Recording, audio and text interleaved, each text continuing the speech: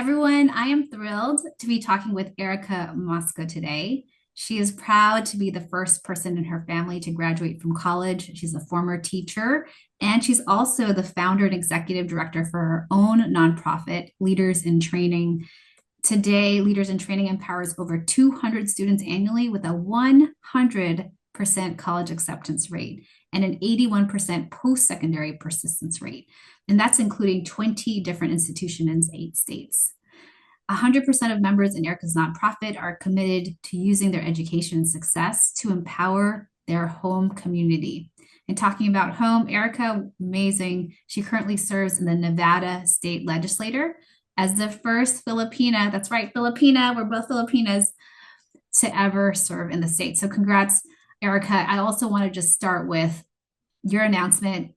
You're running. Let's talk about that. Let's just kick it right off. Erica, go ahead. Yeah, thank you so much for having me today. Yes, I'm really proud and excited, though, wasn't sure, but I am going to run again for Assembly District 14 here in Nevada. I am a state assembly member. I represent East Las Vegas, where so many of my students and families live that I've worked for and with for so long. And it'll be my third term if I'm lucky enough to win the vote. And it's just, I think people don't realize it's really hard, especially right now to be an elected official. It is not a job here in Nevada. It is truly public service. Get paid like $5,000 a year, so have a job, family. And when you serve in the Nevada State Legislature, our capital is in Carson City, which is about an 8 hour away drive from Las Vegas. So I have to move up to Northern Nevada where I live for about 5 months. And so we're every other year. We work on all policies that have to do with the state. The most important, I think, is the state budget. And I'm just proud to make sure I bring East Las Vegas with me, which is the working class side of our town, as well as a perspective of being a daughter of an immigrant, a first generation college graduate. And I like to say, like, just be a normal person. And so I think if we have more of that in politics, I think we'll be able to connect with more of our community and just help them see the potential through policy. Erica, I mean, your background is you've got Teach for America, you went to Harvard, and you could do so many things, right? And yet you chose to pursue a path that, would you say, $5,000 a year, of which it's 8 hour drive away for 5 months of the year. I want to talk about that path, and I want to talk about identity since you and I both share the Filipina connection. Can you talk about, Erica, how has that identity shaped this path, this decision? So walk us through. So I know you and I also have a shared background where we come from, but talk about that path and that identity and how it's guided you or not in making these decisions. Yeah, it's so interesting. I mean, identity, I think, is just so important. And people, I think they talk about identity politics. I think about it differently. Like, identity is who you bring to the table. It's who you bring when you come up to the vote or the policies or bills that you bring. And it's just so important for me. First of all, like, I was a teacher, which I'm very proud of. For me growing up, I never had a Filipino teacher. I never saw myself reflected in movies and Barbies and food. I mean, obviously, I'm an older millennial. Very different nowadays, right? Like ube on every corner. People know. Oh gosh, what is her name? Is half Filipina. Like I feel like it's just a thing now. And in Nevada, the AA and HPI community is the fastest growing in all of the states. And the Filipino community is the largest, so large that we are getting our own designation of a Filipino town, which is on the strip of Maryland Parkway. If you've ever been to Las Vegas, not too far from the airport, but that's where we have our seafood city, where we have a bunch of Filipino businesses, Filipino restaurants. So now there's going to be a huge sign, and it's where people are going to visit to say, hey, we're in the historical Filipino town. And so it was just important that I never really saw my representation, and I really wanted other folks, whether it was from a low income background or from a Filipino background, to see that they could be in a position of power, they could follow their dreams, and that they could actually make a difference. You don't have to be a nurse or a teacher, all great things, right? But that's what they stereotype us as. And I think the more that we can see other people can do it, the more than people can follow their own desires. And the last thing I'll say is just so important. I moved around a lot. My dad was in the military. That's what my grandpa was in the military. That's what brought us here to San Diego originally. That's where so many I know Filipinos started their journey. And even if we were low income, I moved around a lot. Both my mom is half Filipina. They just always said like my goal or I with what I was going to do through my success, I had to help other people. So I feel like that's also the Filipino mentality is like take care of yourself, but take care of others because it's about the community. And that's what I'm really proud about. That makes me so happy. You and I have shared roots, Erica, in San Diego, and both the daughters of a service person, someone in the military who has served. And I hear also this connection of utang na loob. It's this debt, right? Thank you so much, debt of gratitude. Here's debt from the inside, and let's give back. And so much of what you shared resonates.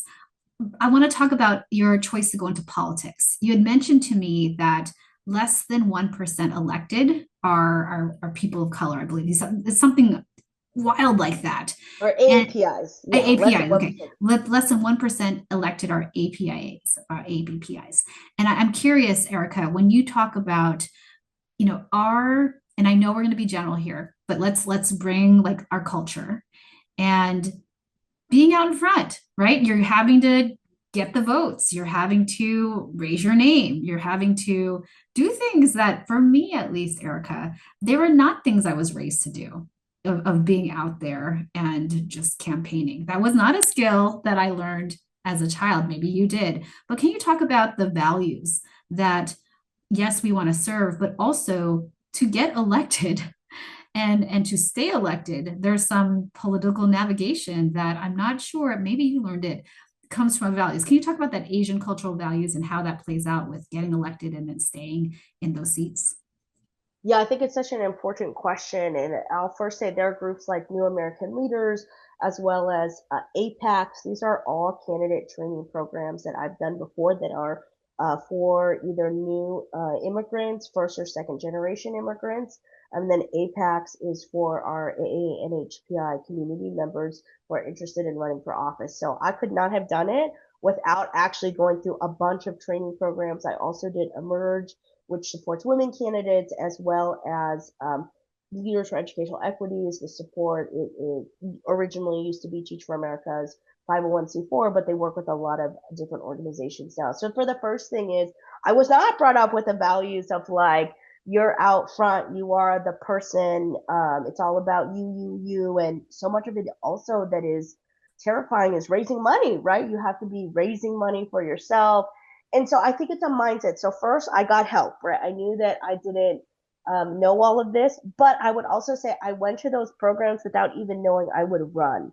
I knew I was interested in helping my community and wanted to learn other ways that I can be an effective leader. So the first thing is you have to have values that you're helping the community. The best electeds are those who did something before that actually was in touch with the community and helped the community.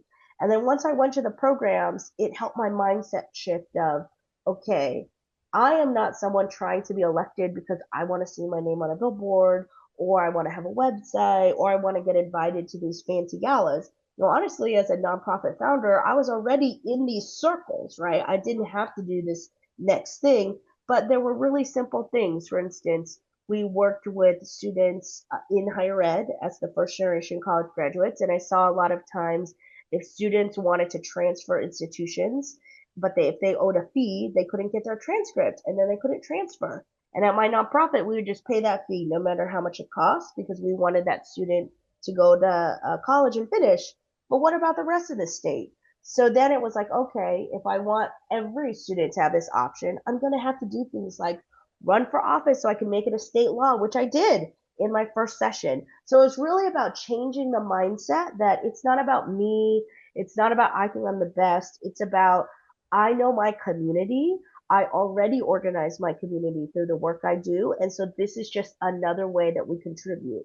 I will not be elected at some point, and that's okay. It's not my number one identity. It's not something that defines me.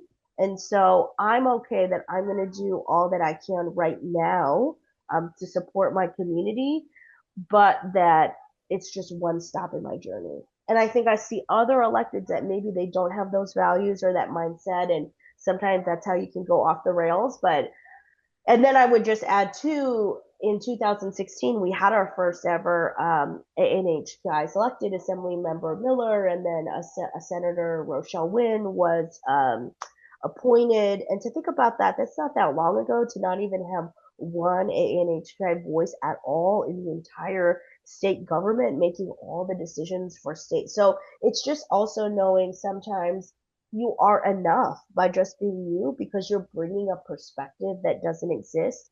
And lots of people want to support you because they know your values. I hear a few things here, Erica. First is you have to have the values that you want to help your community. That's got to be number one before anything else. Number two is you're not going at it alone. There's a lot of resources, and you named a bunch, including Leadership for Educational Equity, which is how you and I know each other. And it's not necessarily that you're ready to run, but you're just wanting to help. Third, I hear let's reframe this Asian value where you're not supposed to put the spotlight on yourself, right? It's not supposed to be about you. And actually, it's not. It's about how do you bring more change? How do you get more help for the community that you want to serve? And then I also hear this piece that no matter what happens, you're enough. In fact, it's because of who you are that you are already bringing so much because it's that unique perspective. And you mentioned this thing about money. And that's where I want to take this. Money, Erica, it's like not a thing you talk about, at least in the culture I was raised. We're not walking around talking about money, talking about salaries. Money is kind of a dirty topic. So talk about money, raising money. I mean, you kind of have to go to money, talk about money, make the ask for money. I mean, this is what I spend most of my time on. And I would say I'm lucky that I had, started and ran a nonprofit because that's also the number one thing. People think, okay, I'm going to do a nonprofit because I want to help people, but people don't understand you have to have the organizational structure. You have to be able to pay yourself. So I tell anyone interested in running for office, go work at a nonprofit and understand what the executive director or the board, right? If you can't work in a nonprofit, be part of a board that raises money so that you have some practice. And for me, it took me a long time, right? It's everyone's journey, but there were really two mindset shifts. I think for me, it was remembering that we are never asked to be part of the large discussions with people in power. And so asking people to donate is actually giving them an invite that they've never had before. And you don't need people to give you $1,000. You could have 1,000 people give you $14, and that's a lot of money. I represent Assembly District 14. It's very important for me that on my donation page and website, any event I have, that the lowest one is 14 because there are folks that signals to people, I want everyone to come. A college student can pay for that. That's a coffee, probably it used to be two coffees, probably just one coffee now, right? And so it signals to folks like you're inclusive.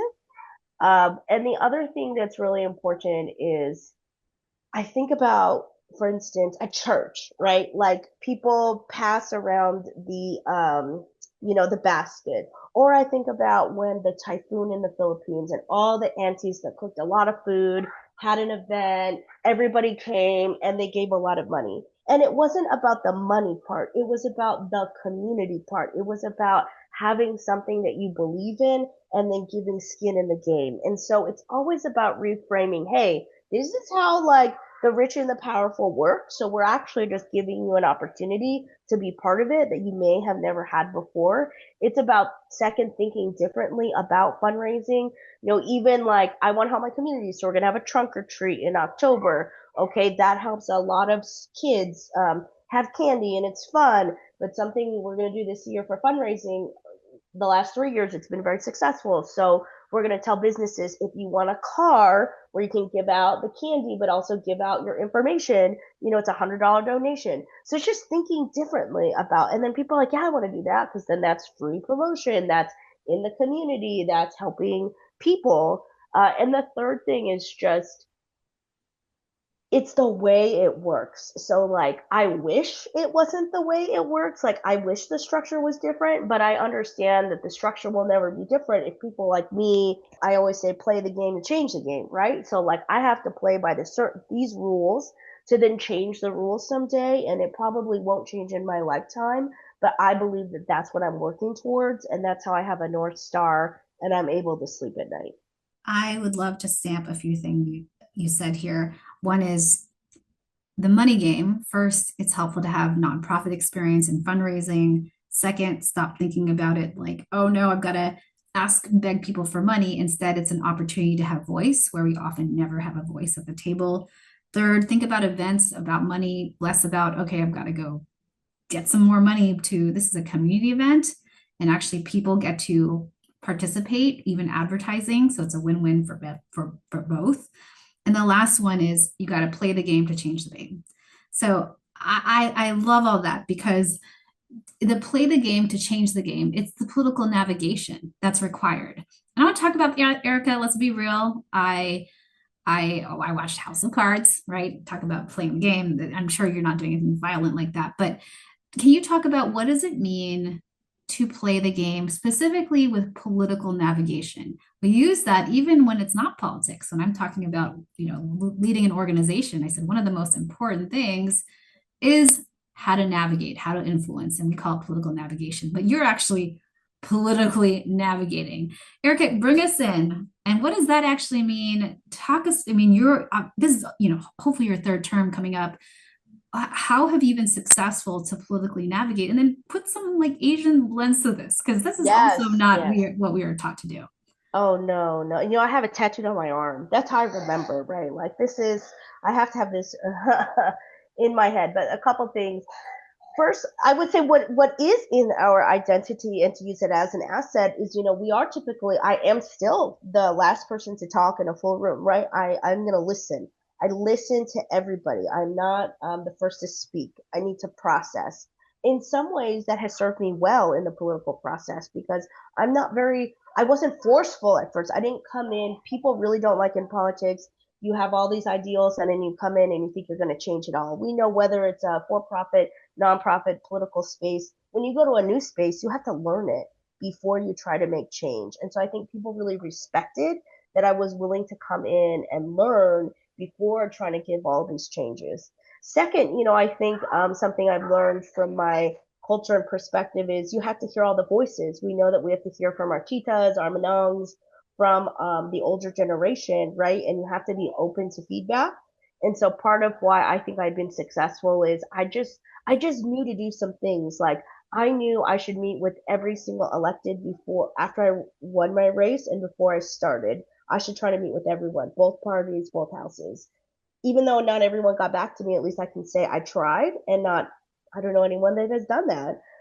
I represent the entire state. I know Southern Nevada very well. I knew that I better go learn the issues in the rurals in Northern Nevada. So I went to every single county before I started serving. And I knew the importance of being able to say that on the record, like in the education committee, which I care a lot about. I was able to say, yes, I know what it's like in East Las Vegas and Clark County. And then I went and visited the 16 other counties and talked to all the superintendents and talked to students and families and got to hear their issues. I mean, it's just this initial buy-in of like the hard work, right? Which we know is ingrained in us. And then second, you have to show that you are doing that hard work. So in some ways, like to me, playing the game and change the game is I'm actually just working as hard as I normally am, but figuring out how to apply it in a way that is different. And so thinking just differently about how to do things. Even we have a holiday party every year where we collect toys and then we give it out to schools. And the district has been a way for me to, it's really campaigning, it's getting your name out, but it's really helping the community too. And this real idea that a lot of folks, and I get it because it's part-time roles, you're only out there when it's election time. But we know that people get really annoyed with that. So for me, it's like, how am I present always? Even if it's helping others, I have a youth committee. So I have youth who are going to events or being surrogates, and then we're able to share about that. And so I think it's just, again, about thinking about it differently, doing the hard work, and then once people trust you, then you can start to do things like suggest structural changes, figure out how committees can be different, but it takes time and you can't do it right away, and you do just have to be a trusted figure and resource. Yeah, they say that age move at the speed of trust. And that takes time, Erica. Yes, It sounds like that's that's what you exactly it. employ. That's what you employ. I love that so much. Erica, this has been such a beautiful conversation. Are you ready for lightning round questions? Yes. All right, here we go. Chocolate or vanilla, Vanilla, cooking or takeout, takeout. climb a mountain or jump from a plane. Ooh, probably jump from a plane. Have you ever worn socks with sandals? No. How would you rate your karaoke skills on a scale of 1 to 10, 10 being Mariah Carey? Oh no, probably like four, but I do enjoy it. What's a recent book you've read or a favorite book? It could be a professional book or personal book.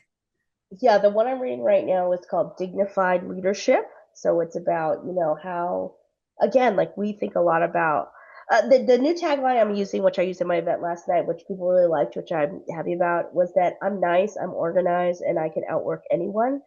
And I think we're moving into the stage of like politics is very top down. It is very um, based on time in, and I think a lot of orgs hopefully are moving towards this like you just got to be a good nice person and you could be a leader that way, and so the book is really affirming for me. Hmm. What's a favorite way to practice self-care? Probably walking my dog, get my steps in, get to go outside. What's a good professional development you've done? Ooh, well, you mentioned Lee before. I feel like anything through Lee is always really helpful for me. What's your definition of a boss mama? Ah, a boss mama, you can never balance it all, but you can be the same person in all situations. What advice would you give your younger self? Oh, yes, there's no straight line to success, which I know people have heard a lot, but if you asked me even 10 years ago if this is what I would be doing, I would have no clue. So you just never know, and you just got to go with it. And then where can we find you, like LinkedIn, anywhere else? Yes, yes. Find me on my website. It's just ericamosca.com. I'm very more active on my Instagram, ericamosca14. And then I answer every email I get. So if you email me, I will respond, even if it takes me a while, but I will. Last question, Erica. Do you have a final ask, recommendation, or parting thoughts to share?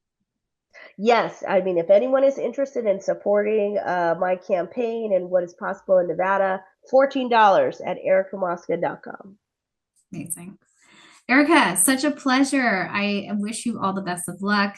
We need more leaders like you. You're so brave and yeah, outwork them, outwork them. Thank you so much. Thank you. This was fun. Appreciate you.